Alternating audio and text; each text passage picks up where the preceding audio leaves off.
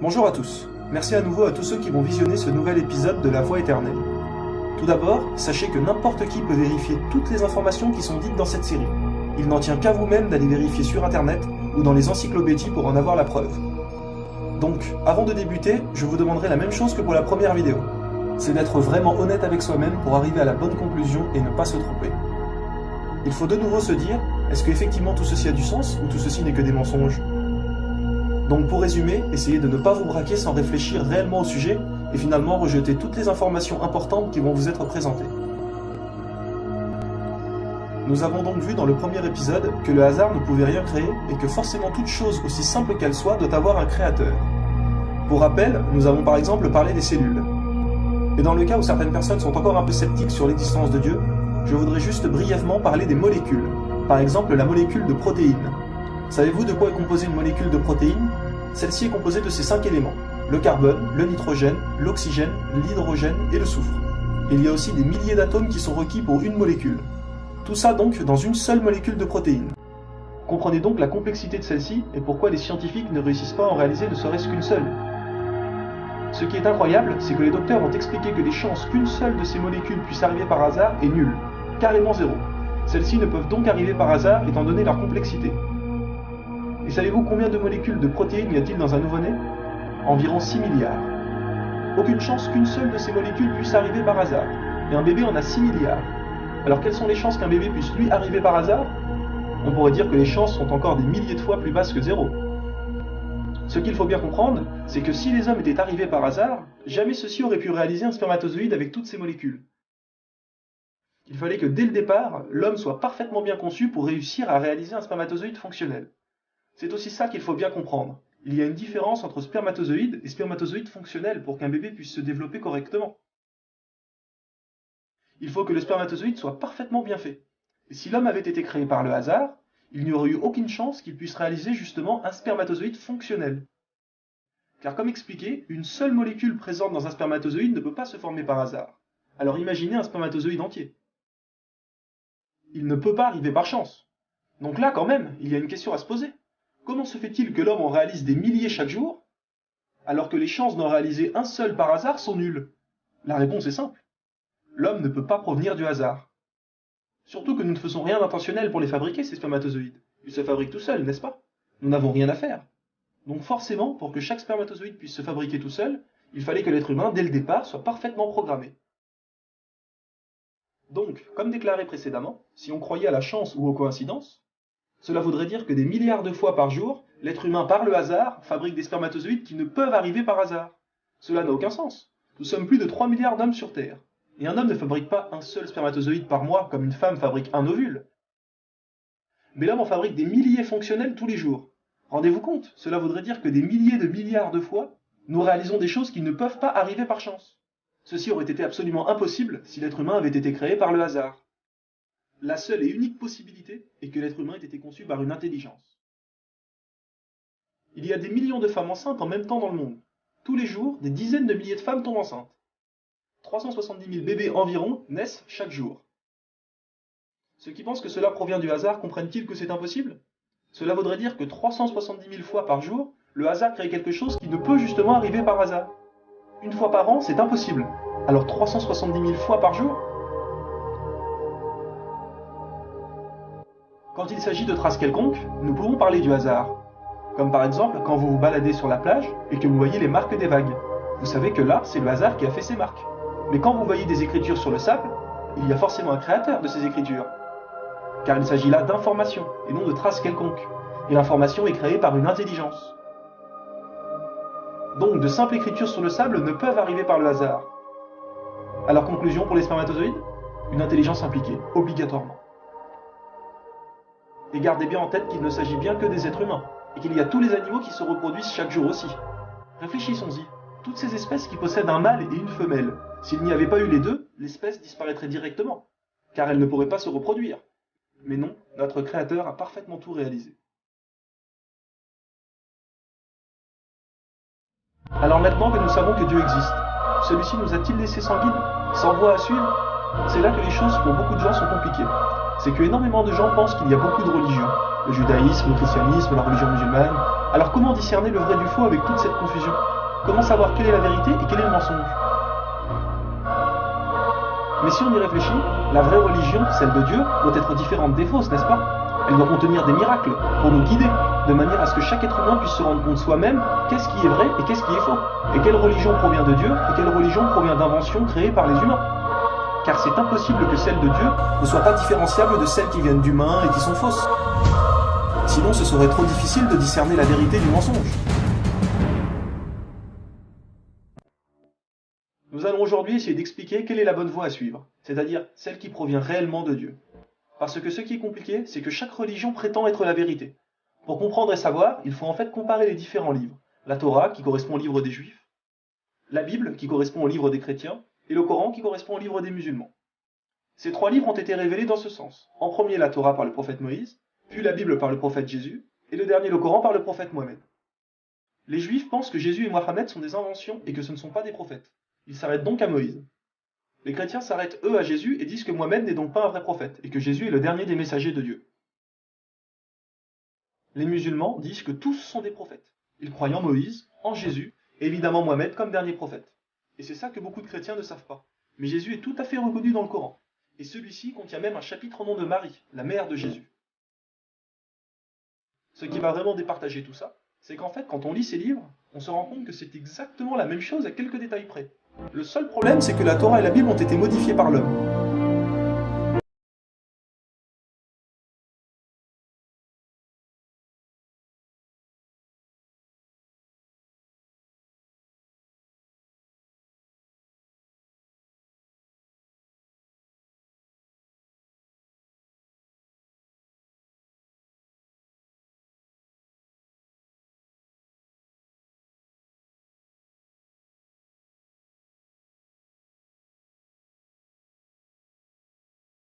Envoyer le Coran, pour tout remettre au clair.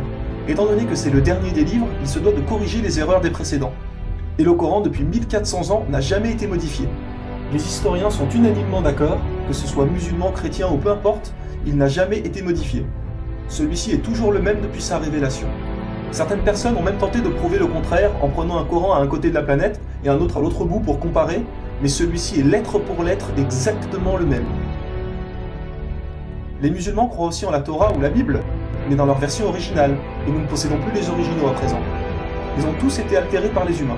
Par exemple, aujourd'hui, il existe la version King James de la Bible, comme si Jésus s'était baladé avec la version King James de la Bible.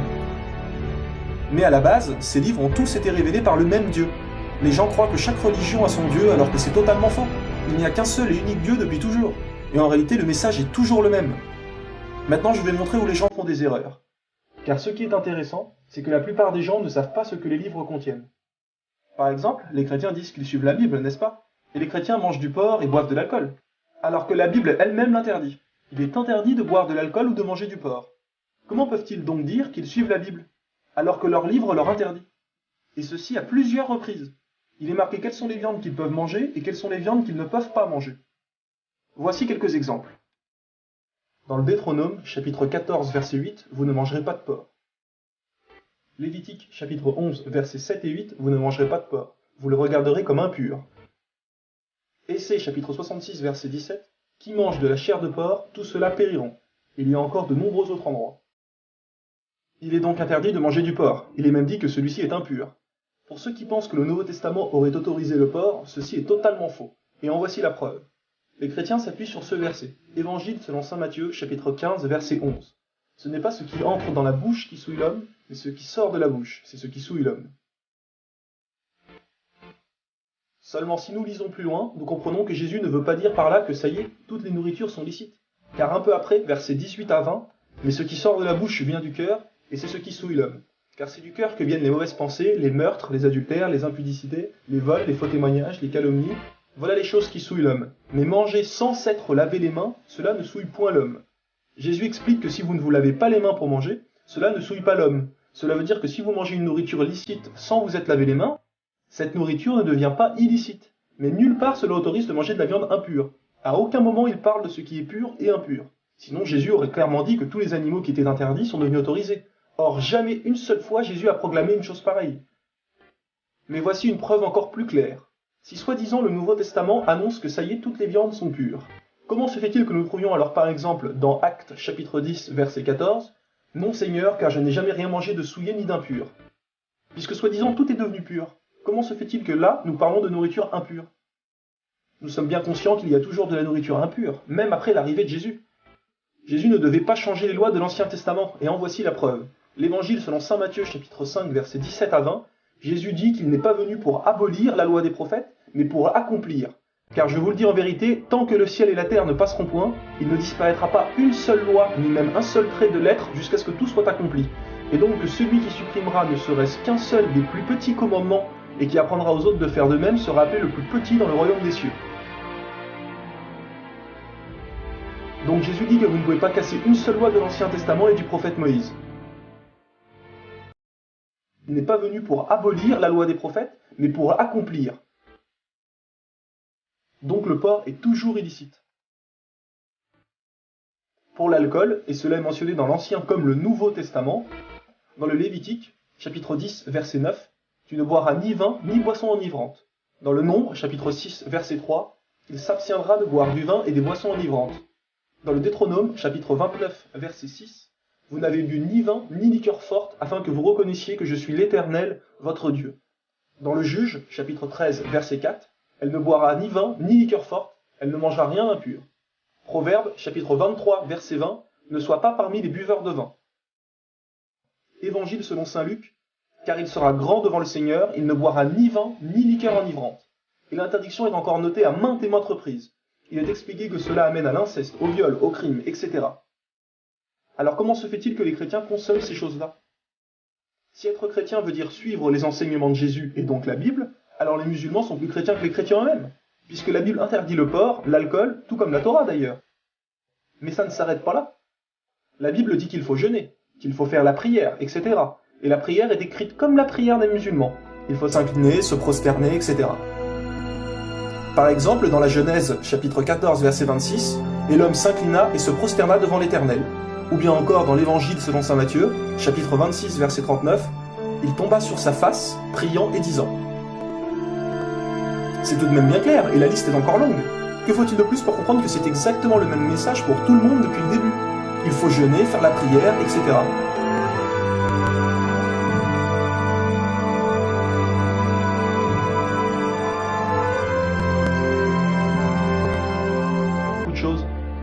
Il s'agit du prophète Mohammed. Jésus a même expliqué comment savoir qui serait un vrai ou un faux prophète. Dans l'Évangile selon saint Jean, chapitre 4, versets 1 à 3, Jésus explique qu'il y a un test à faire pour savoir quel prophète après lui sera un vrai. Voici le test. Bien-aimés, n'ajoutez pas foi à tout esprit, mais éprouvez les esprits pour savoir s'ils sont de Dieu. Car plusieurs faux prophètes sont venus dans le monde. Reconnaissez à ceux-ci l'Esprit de Dieu. Tout esprit qui confesse Jésus-Christ venu en chair est de Dieu, et tout esprit qui ne confesse pas Jésus n'est pas de Dieu. Donc tout prophète qui viendra après Jésus et qui dira que Jésus n'est pas un messager de Dieu, sera alors un faux prophète. Mais si celui-ci affirme que Jésus est un vrai messager, alors ce prophète sera aussi un vrai envoyé de Dieu.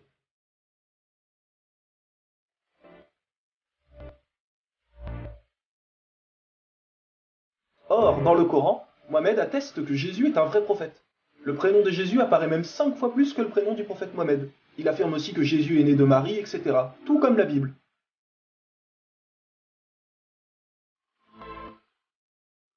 Alors comment se fait-il que les chrétiens ne croient pas en Mohammed et ne suivent pas ses enseignements ainsi que le Coran, puisque la Bible leur demande? Et le plus intéressant dans tout ça est que les chrétiens pensent que Jésus est le dernier des prophètes envoyés par Dieu. Mais si celui-ci est le dernier des prophètes, alors pourquoi Jésus aurait-il demandé de tester plus tard les prophètes après lui pour savoir qui est un vrai et qui est un faux?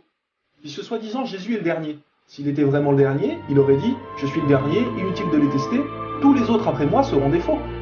Mais non, là Jésus a dit qu'il faudra tester pour savoir qui est un vrai et qui est un faux prophète. Donc forcément après Jésus, il y aura encore un autre vrai messager. Comme il est stipulé précédemment dans l'Évangile selon saint Jean, quand Jésus dit « Je prierai le Père et il vous donnera un autre consolateur ». Nous voyons bien que Jésus annonce la venue d'un autre prophète. De plus, Jésus n'a jamais dit qu'il était le dernier des prophètes, contrairement à Mohammed qui a confirmé être le dernier. Et effectivement, il n'y en a plus depuis.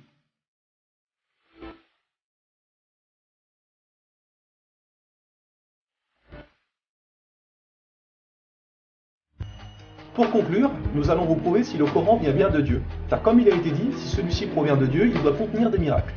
Et si vous lisez le Coran, vous verrez qu'il contient des informations qui ne pouvaient être connues à l'époque, c'est-à-dire il y a 1400 ans. Mohamed était un homme qui vivait en plein milieu du désert d'Arabie, là où la technologie n'existait pas. À cette époque, il n'y avait pas d'électricité, aucun appareil électronique, rien de tout ça. Les gens vivent de la terre, se déplacent en chameau. Personne n'avait inventé ou même pu imaginer les choses telles que les sondes, les scanners, les satellites, etc. Et pourtant, dans le Coran, nous pouvons lire « Sous l'eau, il y a des endroits où il y a de l'eau douce et de l'eau salée. Et entre les deux se trouve une barrière invisible qui empêche les deux eaux de se compénétrer. C'est-à-dire que le sel de l'eau salée ne va pas dans l'eau douce. Ces barrières les empêchent. Les océanologues comme Jacques-Yves Cousteau ont découvert cela récemment grâce aux sous-marins où ils ont pu faire des prélèvements d'eau, etc.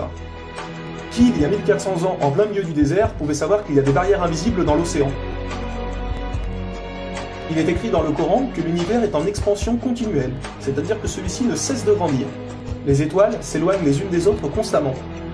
C'est en 1920, grâce aux appareils très perfectionnés, tels que les télescopes puissants, que nous avons pu savoir que l'univers était en expansion continuelle.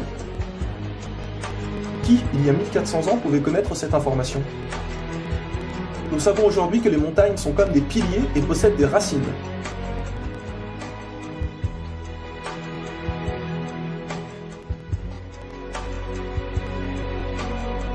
Sans les montagnes, il y aurait très fréquemment des tremblements de terre.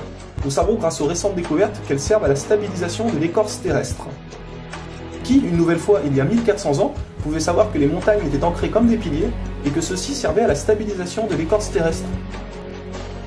Il est écrit dans le Coran que Dieu a créé les 7 cieux et la terre par le même nombre, c'est-à-dire 7. Nous connaissons aujourd'hui, grâce aux sondes qui vont sous terre, que la planète possède 7 couches terrestres. Le noyau interne solide, le noyau externe liquide, la couche D, le manteau inférieur, puis le manteau intermédiaire, le manteau supérieur et la lithosphère. Qui, il y a 1400 ans en plein milieu du désert, pouvait savoir que la Terre possédait 7 couches? Il était impossible de connaître cela sans la technologie récente. Il est aussi mentionné que les plantes ont des sexes, mâles et femelles.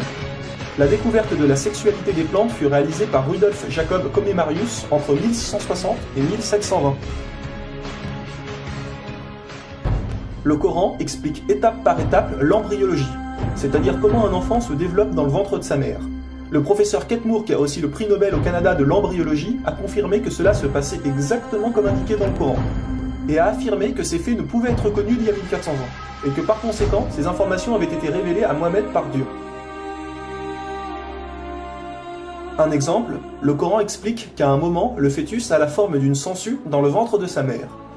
Et si on regarde des images des scanners, nous nous rendons compte que l'embryon a exactement la forme d'une sangsue et qu'il s'accroche à une paroi du corps comme le fait une sangsue. Le mot le plus adapté pour décrire cela est sangsue. Vous voyez comment les versets coraniques s'accordent parfaitement avec la science d'aujourd'hui? Pour savoir cela, il a fallu attendre l'arrivée de scanners, de caméras, etc. Qui, il y a 1400 ans, pouvait décrire en détail les étapes de l'embryologie? Pour ceux qui pensent que le Coran copie certaines civilisations, il faut savoir que certaines personnes auparavant avaient fait des suppositions et avaient pensé des choses qui se sont révélées vraies, mais ont aussi fait énormément d'erreurs, et que soi-disant le Coran les avait copiées. Donc par exemple, si vous prenez un mauvais élève qui copie sur un bon élève, si le bon élève a 18 sur 20, est-ce que le mauvais élève va avoir 20 sur 20? Non, bien sûr que non, car le mauvais élève aura copié les bonnes comme les mauvaises réponses, donc il aura aussi 18 sur 20. Alors si soi-disant le Coran copie les civilisations ou peu importe, comment se fait-il que le Coran extrait le vrai du faux? De plus que ces quelques civilisations ne faisaient que des suppositions. Or Mohammed affirme être sûr de tout ce qu'il dit. Le Coran contient plus de 500 versets dus à la science, sans aucune erreur ou contradiction. Et la technologie d'aujourd'hui ne vient pas contredire, mais confirmer tous les versets un par un du Coran.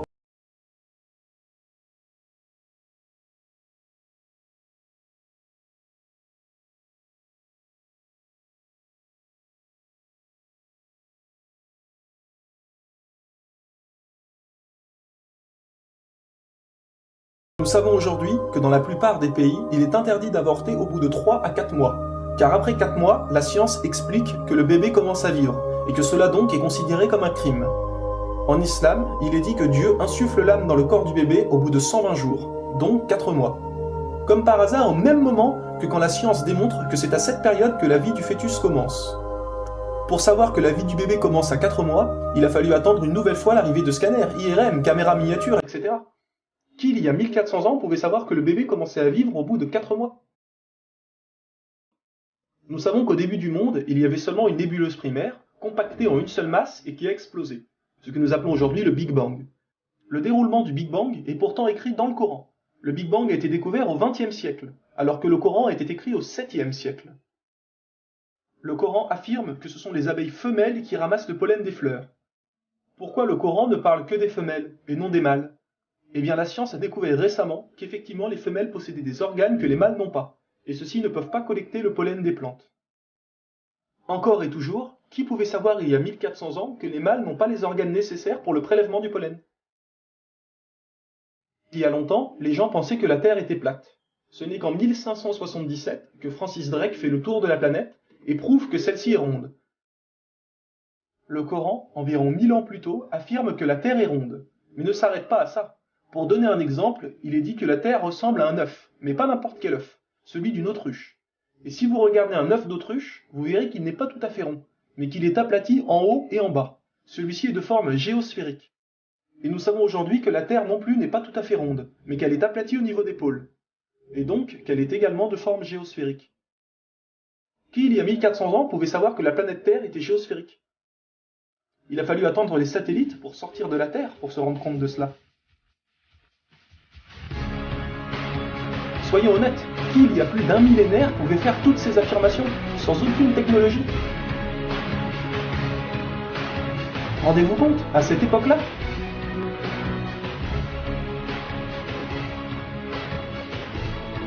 Et soyez conscients que je n'ai donné que quelques exemples, il y a plus de 500 versets qui parlent de science sans aucune erreur.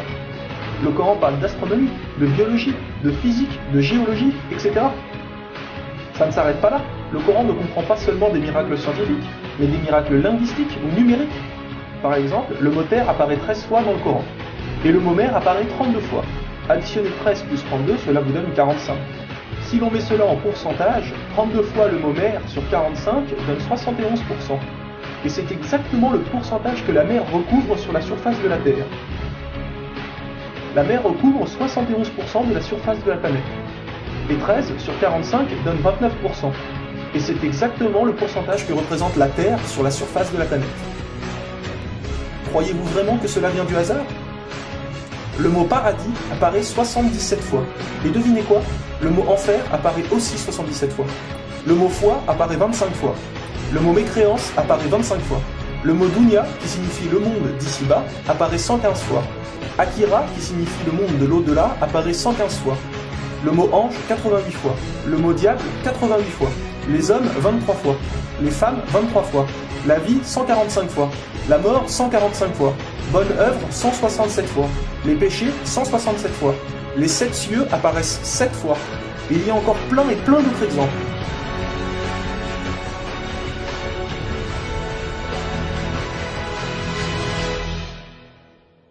Énormément de temps de tout mentionner.